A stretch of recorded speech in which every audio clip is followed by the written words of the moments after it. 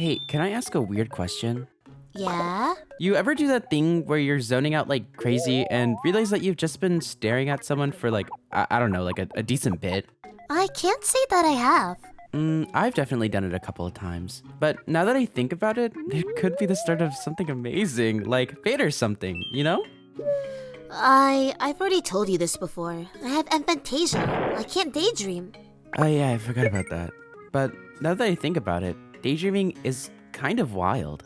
Hi, it's I, and coming from someone who can barely keep a consistent stream of thought, I can confidently say that I'm an expert at daydreaming. And since I'm an artist, daydreaming helps me with all sorts of things. Like, if you need an outfit, you got one. And if you need poses, you got those too. Still, sometimes daydreaming can be kind of too good. Like, when I was younger, okay, not that young, but still, I would completely zone out. Like, my vision would overlap with whatever was going on in my head. Like, it wasn't a concerning level of overlap, but enough to where I would forget where I was, and so on and so forth, and you can guess what happened. Actually, I remember this one time where I'd recently broken my leg, and luckily for me, I got a hall pass to leave my classes early. Unfortunately for me though, I only had a boot.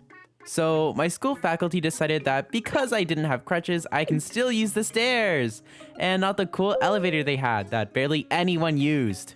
Anyway, after class, I'd pretty much hobble my way over to the stairwell and carefully and slowly go down the stairwell as to not injure my already broken leg. Yeah, no, instead I start zoning out almost immediately, probably thinking about whatever show I was watching at the time. Okay, wait, side tangent. I'm pretty sure like this is where my magical girl fixation was starting. So it's probably something like Cardcaptor. Hey, dude, I love Cardcaptor. So, oh yeah. So basically I do actually fall down the stairs. Twice actually. And many more after that. This is a reoccurring issue that I have. Afterwards, I complained to Mama and Papa I about how I've been treated so unfairly at my school, and they managed to bicker with the faculty until I got my shiny new elevator pass for the duration of my leg's condition, which ended up only being like, what, 2 more weeks? Honestly, it was worth it. I got a hell of a power trip whenever my friends would try and mooch an elevator ride off of me. Since then, I can proudly state that the number of daydream-induced accidents have been reduced to nearly 0, especially since I gained the ability to drive. I'm not about to try my luck with that.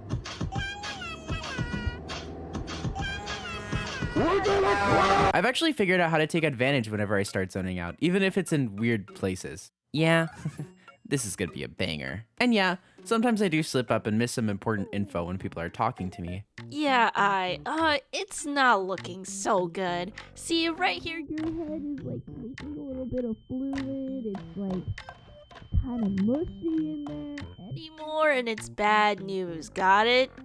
Yeah, totally. But it never hurts to ask what they were saying. After all, the worst they can say is no. What are they gonna do? Blow you up? Wait. Nowadays, my daydreaming abilities are much more refined, and they really help me out during my art process. In order to get to that point though, I had to build what's called a visual library. And don't worry if you're unable to imagine or have aphantasia, since you can build one too. And very quickly, I would advise that you avoid generative AI at any cost. It's not worth in the long run for a variety of reasons. Whether or not it's already been generated, using AI in one of the most accessible hobbies seems pretty pointless. I prefer my ideas AI-free, made by man! Anyway, I'm gonna give you some of the ways that I personally built my visual library, so take it if you want. When I want to put focus on anatomy or anything in real life, I'd stick with doing the traditional route of figure drawings. I use the website Line of Action, but if you have access to real life classes, that's even better. The point of these is to familiarize with the thing you want to learn, like body parts, objects, or anything in perspective. For art aesthetics and keeping things pretty neat and tidy, I use the tried and true Pinterest board. Here, I'll even show you the one that I use. I try to refer to these kinds of boards often, as to not only build that creative muscle I might be lacking in some areas, but it also puts a lot less stress on myself when coming up with ideas or themes for new drawings. Overall, building a visual library is something I definitely recommend to any artist, regardless of their skill level.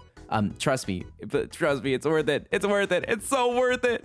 Looking back, I might have had a bit of a zoning out problem, and it definitely landed me in trouble more often than not. But I'm glad I kept going since I can come up with tons of ideas now, as long as I'm not in art block. Anyway, I'm sure at some point that you've drifted off into your own little world, and I'd love it if you could share that with me in the comments below. Until next time, movers, bye bye. Hi, it's late night Shindo. It's a miracle. I finished another video. Woohoo! Hopefully future Aishindo won't kill me for changing the script like 3 times and re-recording this so that way my storyboards are still consistent. But hopefully if you are hearing this, it means I've actually implemented an end card. I wanted to quickly say thank you for, it says 10K, but 11,000 boomers on YouTube. So that's actually kind of crazy. Thank you. It's been so fun listening and answering all of your guys' comments on both my streams and shorts. So an extra special thank you to those of you who've been so nice and receptive to me. I've got to go storyboard this new video now. So I'll see you later. Bye.